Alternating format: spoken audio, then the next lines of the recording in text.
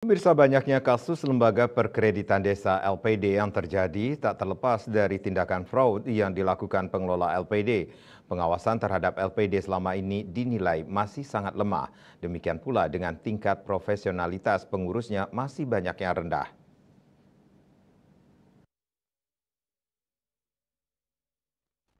Akademisi Ekonomi Universitas Udayana Profesor Wayan Swartana mengatakan kepengawasan LPD harus lebih ditingkatkan.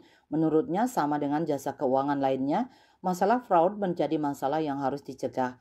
Cara mencegahnya bisa dilakukan dengan berbagai hal. Pertama, menghilangkan sikap sungkan atau ewu pakewu di LPD. Sikap ini kontraproduktif dengan LPD sebagai usaha. Kedua, menyusun dan melaksanakan teknik pengawasan yang berbasis risiko. Suartana mengatakan risiko kredit akan berdampak pada risiko likuiditas. Pengurus dan pengawas LPD harus konsisten menjalankan operasional sebagai lembaga simpan pinjam biasa atau pacingkrem di desa adat.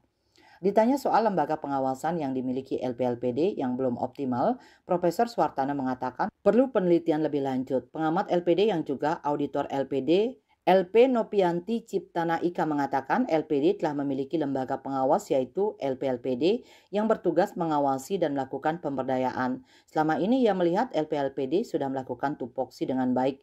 Hanya saja LPD yang diberi pembinaan eksekusinya kurang. Mengenai profesionalitas pengurus LPD yang rendah, terlihat dari belum banyak yang memiliki SOP dan job desk. Ditambahkan pengawasan LPD harus dilakukan dari awal dengan pembinaan mulai dari nol. Selain itu, struktur pengendalian intern seperti SOP harus dibuat dan benar-benar dijalankan karena 80% yang diaudit, struktur pengendalian internalnya lemah.